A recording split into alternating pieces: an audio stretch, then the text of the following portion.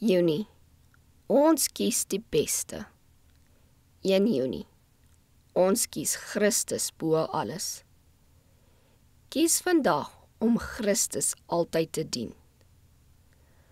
Maar as dit verkeerd is in julle oë om die Here te dien, kies dan vir julle vandag wie julle wil dien, of die gode wat julle vaders daar oorkant die Efraat gedien het, of die gode van die Amorite in wie se land julle woon.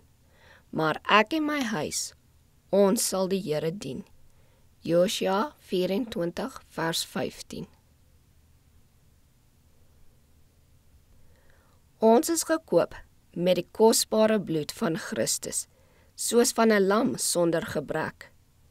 Dit is 'n geweldige prys, ongeëwenaard, onrekenbaar.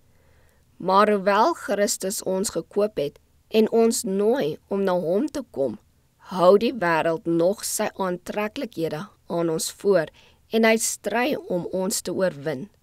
Wat sal in hierdie stryd oorwin? Liefde vir God of liefde vir die wêreld? Die Satan en sy bose engele hou by elke ingang tot die mense hart wag en probeer siele dwing om aan sondige voorstelle toe te gee. Die vyand probeer ons na die wêreld se kant omkoop, net soos hy Christus in die woestyn van versoeking probeer omkoop het. Tensy ons op 'n mag staat maak wat buite en hoër is as onsself, sal die vyand ons ondergang bewerk. Maar deur die oë op Jesus gefestig te hou, deur sy lewe en karakter te bestudeer, deur opreg te verlang om soos hy te wees, sal ons gemoed na die regte rigting neig, sodat ons selfsug kan oorwin en geregtigheid sal kies. Ek doen op die jong mense 'n beroep. Kies dan vir julle vandag wie julle wil dien. Dis noodsaaklik om te kies, want Jesus het gesê, julle kan nie God en Mammon dien nie.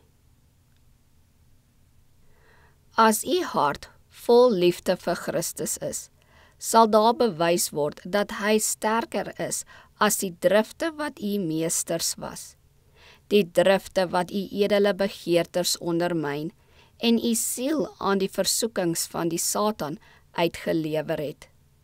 Wanneer die sondaars hart aangeroer word, onderwerp hy sy wil aan die wil van God.